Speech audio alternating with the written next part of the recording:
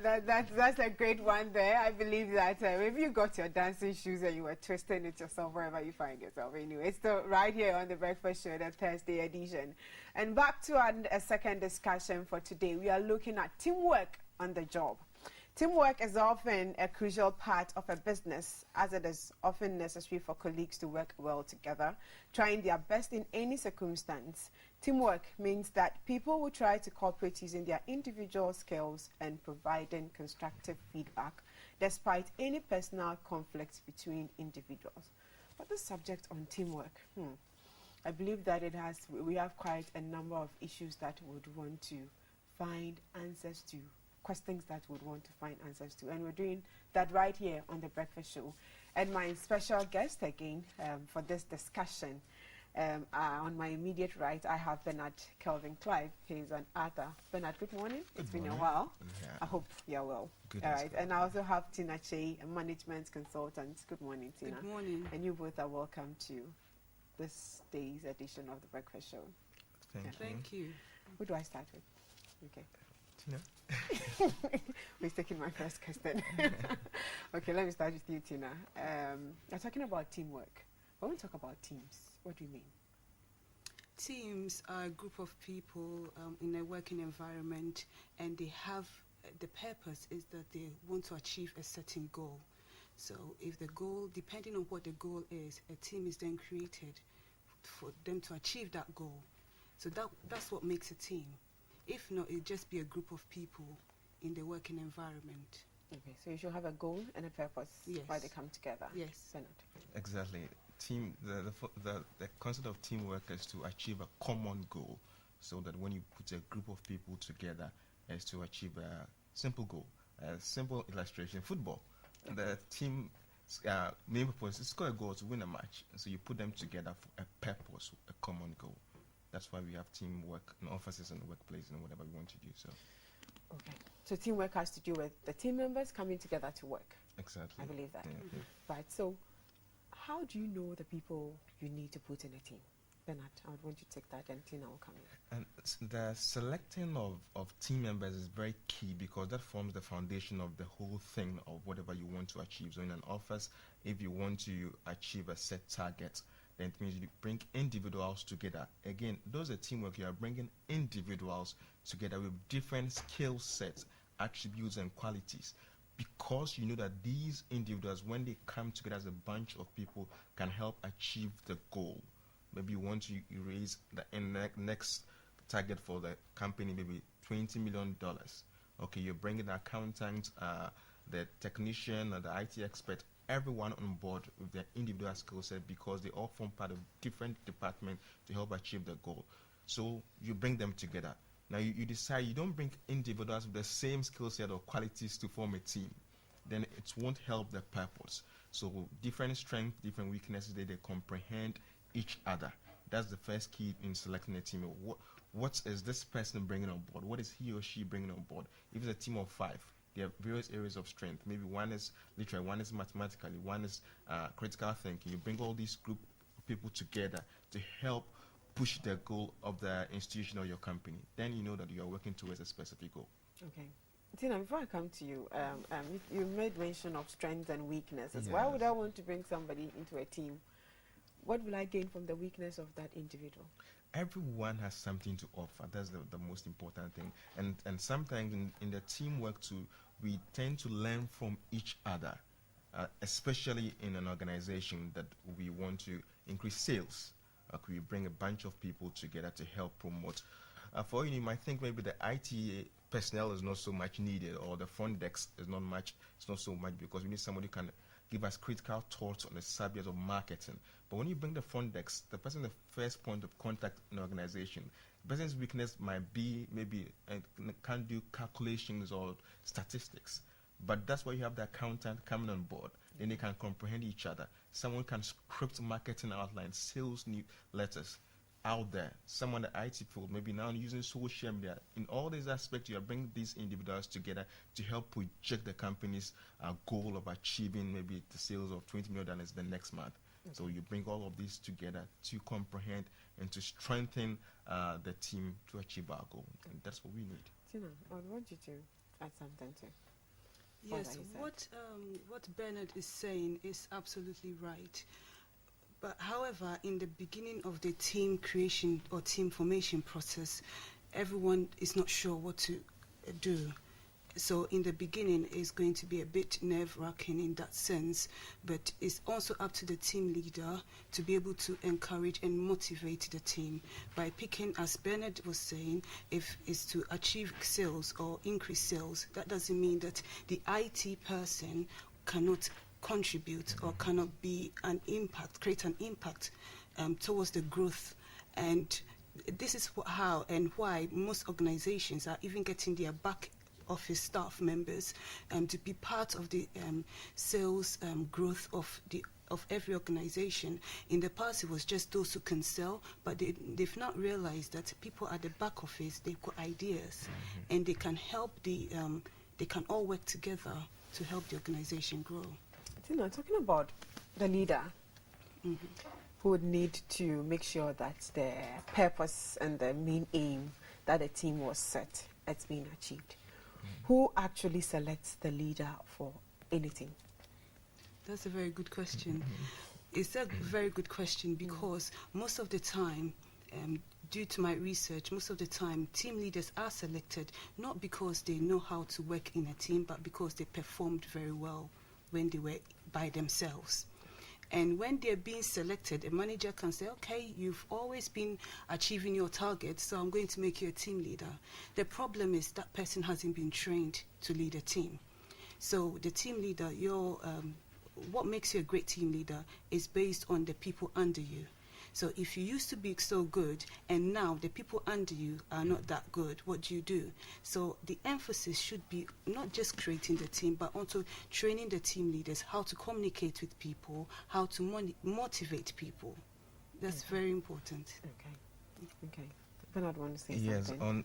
on that, looking at that aspect too, on building the team, sometimes, assuming you are picking the sales department or the brand department of the organization, the head is naturally the leader of that section of the team because you are calling the members. However, depending on the focus of the company, then when a team comes together, the team is going to pick a team leader. So one, the head of that department can be the team leader right away from the start because you want to help that department or the organization. You are already a team leader. Secondly, when you bring the people together, you can cause them to choose a leader among themselves. I think that helps build the team more than because you call the meeting, you must be the leader. And so when we talk about the attributes and qualities of strong teams, you look at some of these things. So when you bring the people together, you can be the leader or you pick a leader, you help them choose a leader for their team to achieve our goal. Okay. All right. Is it always important to have a team? I will answer that in this way. It depends on what we want to achieve. Some individuals work best on their own. And however, I like this concept from this good old book. It says one will chase 1,000, but two tens of thousands. So that sometimes you alone can go that far. But when you get somebody else to join you, you can go further than you always did. But when you know yourself, your strength, your weakness, how far you can go, some might say, I'm not a good team member, team player, because you've not identified the role you can contribute to help the team. So teams are very necessary in building great organizations, great institutions, whatever. One person can go that far. If you want to look at great companies or institutions, you might have one name ringing the bell or standing out, but they always have a great team of people behind them. You just think of it. Any organization, just name them. They have great people behind them. That's how it works in every aspect of life. Okay.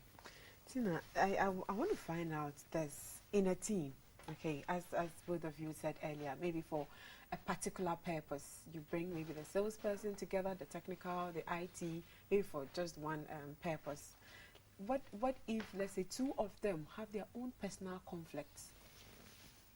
How would that affect the teamwork? It would affect the teamwork because everyone has their own agenda. But however, it's a team. So let's say there are about 5 people and 2 of them have their own agenda. This is something that has to be discussed amongst, there are going to be team meetings, and whoever, as I always say, whoever is in charge should be able to handle this. Most of the time, the team leader or the manager should be able to handle this, because there are different personalities. There are some people, they want to be seen out, they are more extroverted, and some people are introverted, and the extroverted person doesn't understand why the introverted person is not communicating, and vice versa. So you, the team leader, you must know how to motivate each of the different characters. When it comes to the extroverted person, it's possible that when you're motivating them, you can decide to do it in public, or sometimes you do it out of, not in front of everybody, depending on how the person would react. But some managers, when they see that, to break that conflict, they can then take that person out to lunch to get to know about the person. Sometimes it could be they're having their own financial or family problems, and they're bringing it and affecting the team. Okay. So it's still down to the manager to find out what is the root cause of that problem. Okay. So the manager and not the team leader. The team leader as well. The team leader can play that role. Okay. Yeah. Bernard, you have two people who are fierce grudge in the organization, but you really need them on this team. How would you resolve this issue and ensure that they come out with the best agenda for the team? Okay, knowing it is the beginning. It's good if you know that the two of them has conflict, that you just call them as key as to communicate with them and understand why or what is causing the problem and help resolve them. When it's resolved, you can also build on whatever you want the organization or the team to achieve. Sometimes you might not be able to already resolve the issue, but you can help them to focus on the subjects at hand. And that is what we need to do. So first, knowing it, if you don't know, that's a different thing. But if you know, so one of the things is in building team is open communication. That is better for every strong team. Open communication. What are you working on? What am I working on? You assign roles, specific roles to individuals, so there won't be conflict of roles. You are supposed to make sure the sounds work correctly. You're supposed to monitor this. You're supposed to have the script right. This is my role, and that's how we all put together to make a complete set. Then I know that when I come to work, this is what I'm doing. But if I don't finish my part, this can't be done. So that we can then communicate how far I've gone with the work. This is supposed to be done. Can you help me with this? Then we communicate openly and freely. The next thing about that too is your teammate is not your competitor. You're not competing because it's your teammate or you're different even from a department. You're not competing with that person. It's the organization's goal and vision that we want to achieve, not your own. So that we know we comprehend the other person. How can I help? How can we together make this organization succeed with our targets? Then we can work together. Okay. Right. Tina, I believe that in an organization, somebody's work begins where another person's have already ended. Okay. Sometimes you need somebody's end product, if I should say, to be able to start yours. Yes. And you have the person dragging you behind. You are time bound. You're in a team. I need this person. I need Bernard to finish up with whatever. Or let's say he needs me to finish up with my task. Then he can take up from there. But I'm dragging all issues. What can be done about this in the team? Yeah, so in this case, when it comes to team building or whatever happens in a team, is understanding people's personalities. I always go back to this. Yeah.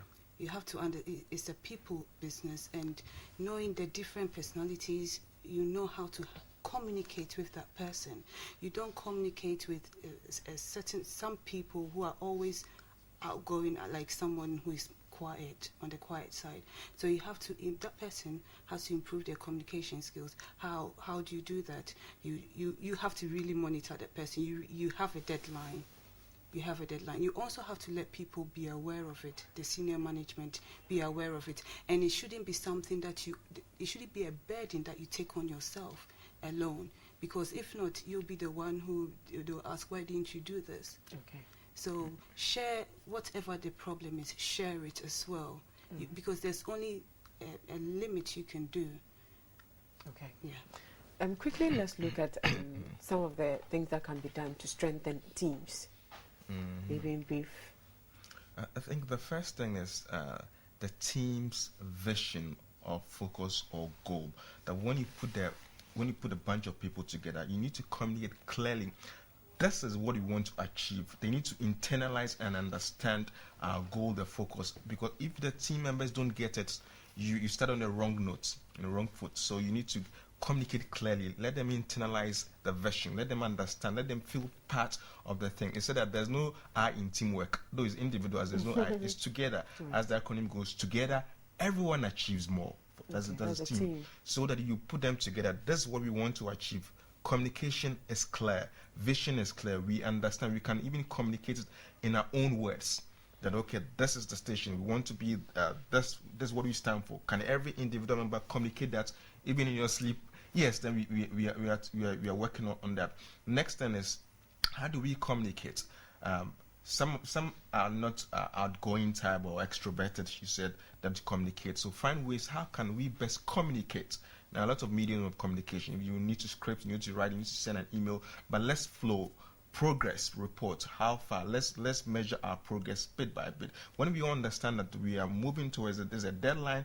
If you are facing challenges, let me know. How can I support you? That is not just all about you and all that you can do, but when we all put our efforts together, we are able to achieve the company's or organization goals. Then we are moving towards that. Now, another thing too, because you said that there's no I in team, yeah, as individuals we're working together, but if you don't institute a reward system, you reward them openly or in secret, in any way that can help the individual, that makes sure that every individual counts in the team. Okay, you're doing well, you congratulate, whatever is whatever form that you need to reward the team members to let them feel appreciated that you're working towards the goal, you do that. Everyone is motivated by rewarding their way, one way or the other. So you reward them. Now you instill trust in them. As a leader yourself, do they believe in you? If not, you're not together. But you also have to believe in your team members. Doesn't matter. He is just a sweeper in an organization, or is it just a cleaner? Do you believe in the work he or she is doing? Are you encouraging the person? The person just only need to put this one book over there to get the things done, or this camera set. How are you encouraging that person that when this work is not done, we can't complete the whole thing? So you need to instill trust companies that they can do that. Then they can begin to communicate and we get work done. We achieve our goal. Right. Tina, any other means we can strengthen our teams? As Bernard rightly said, is understand the company's vision, and most people don't know what the company's vision is. So I think that's where the problem comes in. So first of all, understand the company's vision. Have a very good reward system, as Bernard is saying. When there was a time I did research on Twitter, and Twitter's members of staff once every month, they have everybody dresses down, like they have drinks and they come to work with drinks, and it's a day, they call it like an idea generation day. And so they come, it's a creative day, and everyone comes creatively and they come up with creative ideas, and that's how the company is growing. So these are certain things that some institutions can implement, and that really bonds the team. Great. Because it's different. It's not the conventional way of doing things. Right. Yes. Finally, before we leave, we are running up on time. Some people believe and see themselves as not good team players. Is that right? And if such a person sees him or herself like that, what can he or she do to become a good team player? A good team player, it's all down to the person. I think Bernard said something similar. The fact that type and you're not outspoken, that doesn't mean your points of views are not needed. And there are many ways you can contribute towards the team and be part of the team. You can send an email if you've seen something that you believe that it would add value to the organization. You can send an email, you can talk about it. It's not always the fact that you have to be the hey that type of person. Okay. Yes, but everyone in the workplace should know that they are very important. Without them, the organization cannot get far. Right. Yeah. Bernard. Yeah, I'll say that teamwork doesn't work unless you work it. So that if you look at yourself as an individual, you might say, I'm not a good team player. The question is, do you have something to offer the company? Yes. That's why even you're employed. It means you have something valuable. It means you can be a good team player. how can you contribute this little thing that you can offer to the company? You don't need to always be there in person physically. There's lots of bunch of ways to communicate your ideas, your expertise to you. Find ways, how can I always contribute, even in my absence? Then you offer that aspect to help support. So everybody can be a good team player, provided you have value to add to the team. Then you can, a little contribution is good. Okay. And I believe that some team members shouldn't lord it over others. That's a set competition, because some people feel that let's say my position is higher than the other person. So you get to the team and it's like, do this, do that, do that. It's all instruction wise. So what do you think? It kills the team and kills the vision. That when the vision is communicated clearly and understand every single part of the team counts, they matter, every individual. So the team leader needs to communicate that. Sometimes it's not from the team, it's the leader. He wants to lord things over them. He wants to feel superior or most important. But for the best idea is coming from someone, the cleaner out there or the person in the back office there. So just understand, instill trust, I said, confidence in the people, and just let things be, because it's not all about you. Okay. It's about the company, about our goal, and together we can achieve more. That's it. Together we can achieve more. All right, Tina, finally, your message to viewers out there. Let's give a message to team leaders and then the team as a whole. As a team leader, you have to understand your team, not just their performance, but get to know your team. Get to know their family life, everything about them, because when you understand them, you'll be able to, they will listen to you. You as the team member also know that you're valuable. The fact that you are not doing a higher role, that doesn't mean you're not needed. As Bernard rightfully said, you can be doing a cleaning job, but you are needed. If the place is dirty, we cannot work. So your role is very, very necessary. Okay. Believe in yourself, believe in the vision of the company, and work together as a team. All right. Bernard, finally. Finally, for every team leader and team members, I'll say there's 4 C's. 1, you need to communicate clearly, and 2, you share a common goal. Let members understand the common goal. And then 3 is you need to communicate confidence. Let them be confident about whatever they want to achieve in their organization. And of all these things, you can really get a team to cooperate and win. It's been a great discussion, and as I said, and I really believe that if you are not important, you wouldn't have been hired in the first place. So be it that you are a team leader or a team member, we all have roles to play. And remember that you might be a team leader today, tomorrow, the team member or the team player would also become the team leader.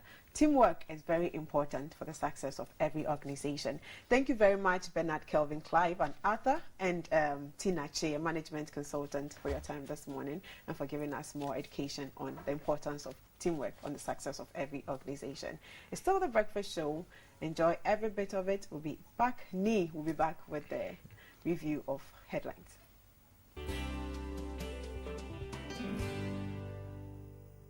Hello and welcome to another episode of Yes You Can. My name is Samuel Jonathan and I'm glad to share this moment with you. How much rest do you take? No, I'm not talking about going for break or going for lunch. I mean, how much rest do you give your body?